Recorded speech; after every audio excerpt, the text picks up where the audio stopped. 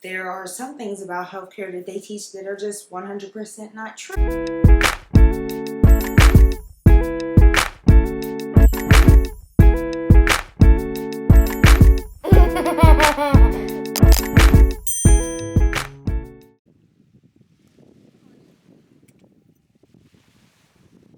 Hey y'all, what's up? Welcome back to my channel. I am Kayla, aka Fit Moms Blog. Thanks so much for joining me. As you can see in my background, I wish I was still in Miami on the beach enjoying this view, but I'm in front of a green screen. So that's that. And yeah. If you are interested in staying around, we are going to be talking about pregnancy. This is our very first series. This series is about pregnancy, and this is episode 1.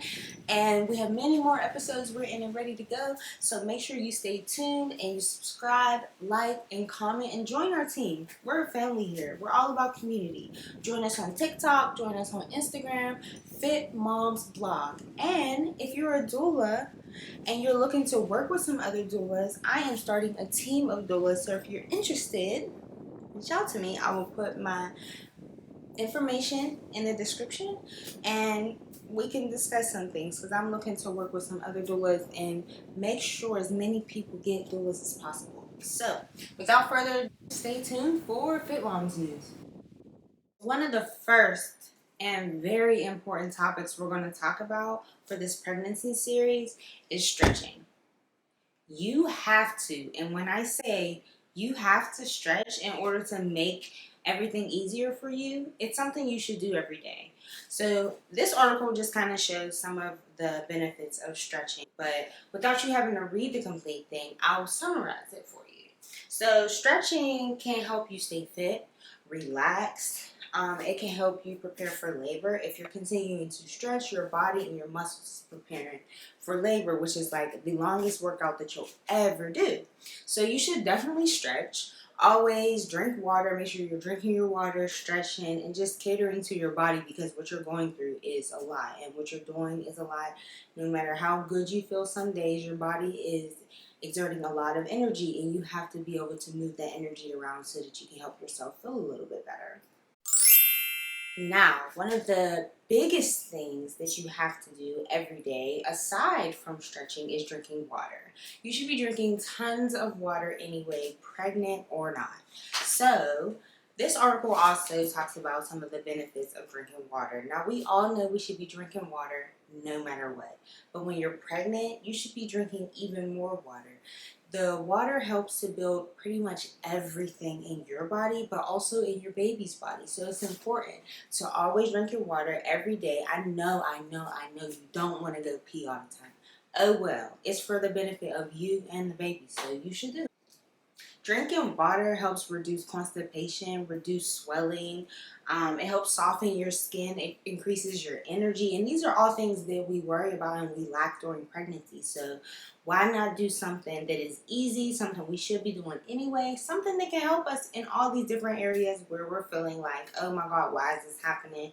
I'm pregnant. And then it just makes you worry more about the baby. So if you're just doing the things that you need to do, drinking water and stretching, it'll help your body, and your body will respond positively to that. Now, I know something that we often talk about during pregnancy is pregnancy brain, but drinking water also helps with brain fog. So you can reduce some of your pregnancy brain by drinking water. It'll also help your body to stay cleansed. When you're pregnant, you have a lot of yeast in your body, so UTIs may be common, but if you're drinking a lot of water, it's battling all those things that could cause that. So if you're drinking your water, eating your salads, doing the things that are just going to help your body continue to do what it's supposed to do, especially since it's now also growing a baby, that'll benefit you. So take these tips. Now, if you follow me on Instagram, you know this is one of my favorite topics, and really because I'm a doula. Know your rights, know your birthrights, know what you have to do, what you don't have to do, what things you have to follow, what things you don't have to follow, what medications you have to take or don't have to take, or ways that you can deny those things and reasonings that it's okay for you to deny those things. Many of us go into the hospitals uneducated. I know with my first child, there was some things that I needed to learn. I didn't know all of what I did today back then, and that's why I'm here. I want to spread this information and help all of us to do better when we go into the hospital, or when we know someone who's going into the hospital. We should be able to provide good information to them so that they can get through that time a little bit easier. This is a birth plan. This is an example of a birth plan. You would put some information on it, your due date, information about your pregnancy, how it's been going, XYZ, and then you would put any other information on it as far as your wishes, how you want things to go in the event of an emergency C-section, how you want things to go when you are pushing vaginally. You can say that you do not want anyone touching you while you are pushing. I know that we all don't know these things, but this is why we're putting this information out. So, okay, if the doctor is pushing and pulling on your vulva while you are pushing, that is increasing the risk of tearing. And tearing is something that all women worry about. Oh, I don't want to tear, I don't want to have to get stitches, XYZ. But if the doctor is pulling on you, that is increasing those chances.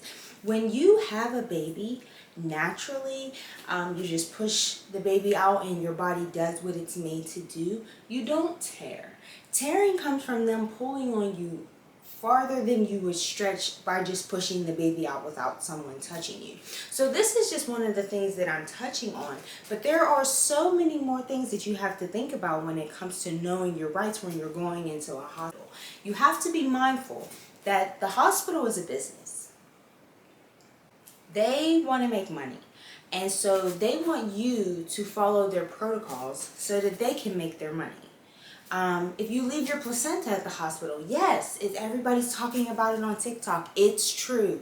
They can make $50,000 or more from your placenta, just one of your placenta. And you do understand that they have babies popping out left and right, room to room, floor to floor. You have 3 days, get out. The next person needs to come here and make us another 100K.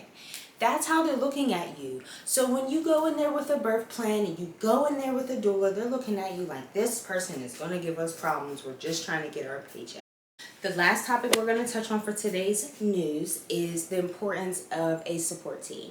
I'm not sure what your experience was like when you had a baby, or if anyone you know how their experience was, but personally for me, my first baby, I did not have a doula. I did, however, give birth at the Midwife Center in Pittsburgh.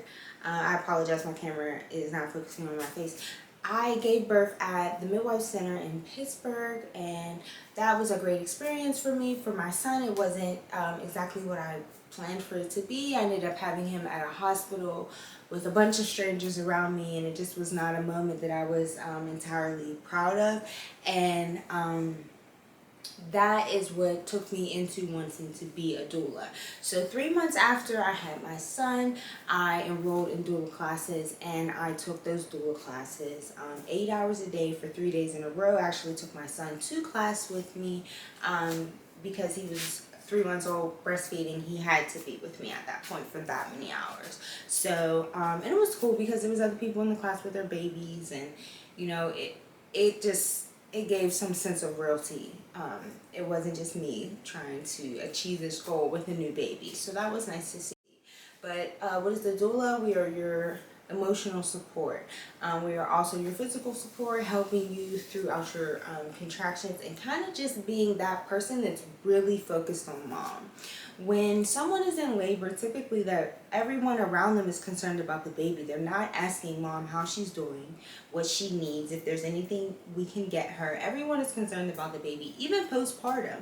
And that's why postpartum doulas are popular, not just, you know, prenatal, but also postpartum, because postpartum is when the new life really sets in, when it really sets in that things are changing for you. So it's just important to have a support team and have a doula. A doula is somebody who's non-biased, someone who can give you what you need, give your partner what they need, and also make sure your other support team, whether it be your mom, your dad, your sister, your cousin, whoever you have in there, your doula is there to just make everyone feel comfortable and happy about the moment, Me as a doula, personally, I like to build rapport with everyone who's going to be in the room. That way, when I'm touching them and helping them through this sacred moment, I like to call it the sacred place, we all feel comfortable with the emotions that we're sharing because we built a rapport, and because birth is sacred, and that's why I call it the sacred place. So having a support team who is on your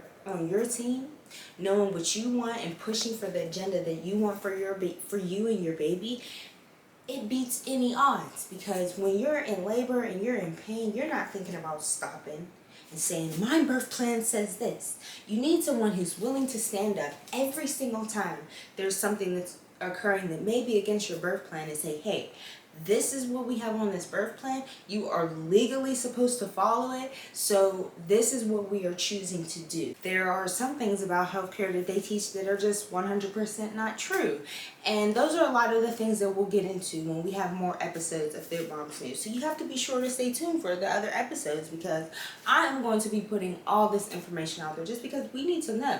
We need to have community. We need for everyone to be able to take in this information and apply it to certain situations in their lives. And that's what community is about.